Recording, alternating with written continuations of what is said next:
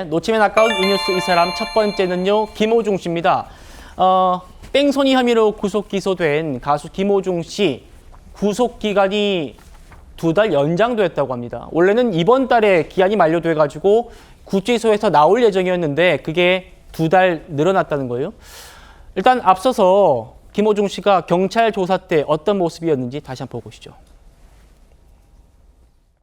죄지은 사람이 말이 필요하겠습니다. 어쨌든 죄송합니다. 네. 소주 3병 마셨다는 유흥주점 직원 진술이 있는데 거짓말하신 건가요? 진심으로 죄송합니다. 메모리 카드 직접 제거하신 건가요? 하고 사고 현장 직후에 떠나신 이유 뭔가요? 구전영 변호사님, 2달 연장됐습니다. 구속기한이.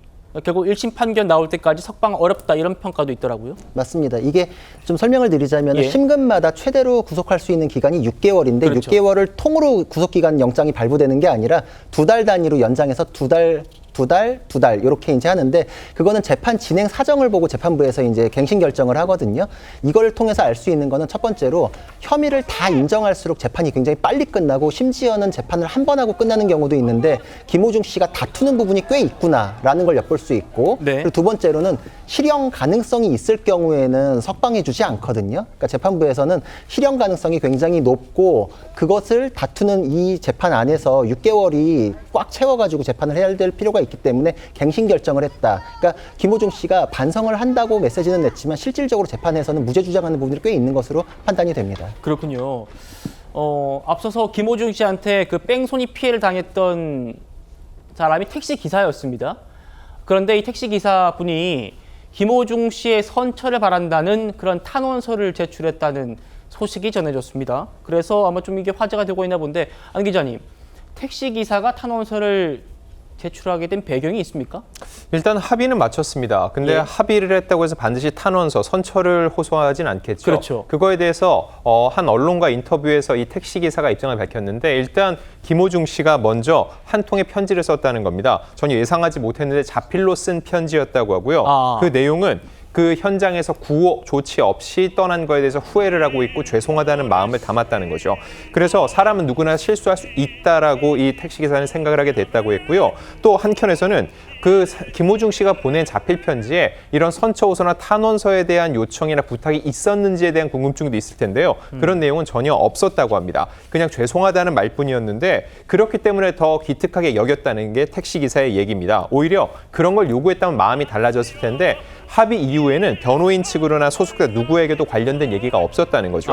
어찌 보면은 합의를 통해서 법적 이해관계는 모두 끝난 상황이었기 때문에 냉정하게 더 이상 볼 일은 없는 상황이지만 이렇게 김호중 씨가 자필 편지를 보낸 것 때문에 본인이 그 마음에 그 보답하는 뜻으로 탄원서를 제출하게 됐다는 입장입니다. 그렇죠. 이미 구속됐고 기소돼서 재판받고 있기 때문에 본인이 뭔가 김호중 씨가 뭔가 택시기사 분께 어떤 더 뭐 회유를 한다거나 이런 필요는 없는 상황이었는데 택시기사에게 좀 마음을 담은 그런 편지가 갔고 이게 탄원서로 돌아왔다는 겁니다.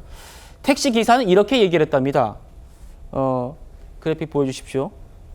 진심으로 깨닫고 있으니까 법이 정한 한도 내에서 최대한 관대한 처분을 내려달라.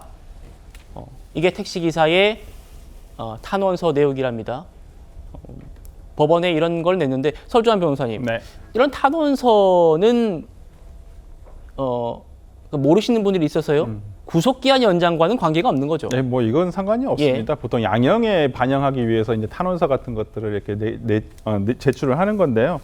구속기간 제한은 저는 일반적인 형사사건에서의 일반적인 절차입니다. 뭐 김호중 씨라 해서 2개월 연장, 뭐 6개월까지 연장되지 않는다는 것은 아니고요. 보통 구속된 피고인들이 어떤 재판 상황에 따라서 1심 재판이 끝나는 그 기간 내까지는 항상 구속기간을 연장하고 하거든요. 그러니까 그렇기 때문에 뭐 이것을 오히려 저는 여기서 구속기간이 연장이 안 되고 나온다고 한다면 오히려 김호중 씨한테 특혜 논란이 있을 수가 있어요. 그렇군요. 그렇기 때문에 일반적인 형사사건과는 다 똑같은 지금 절차대로 하고 있는 것이고 뭐 특별한 내용이라고 볼 것은 없고 이제 택시기사분이 어떤 피해자로서 어떤 탄원서를 제출한 것은 나중에 최종적으로 김호중 씨의 형을 정하는 데 있어서 아마 반영이 되지 않을까 싶습니다. 알겠습니다.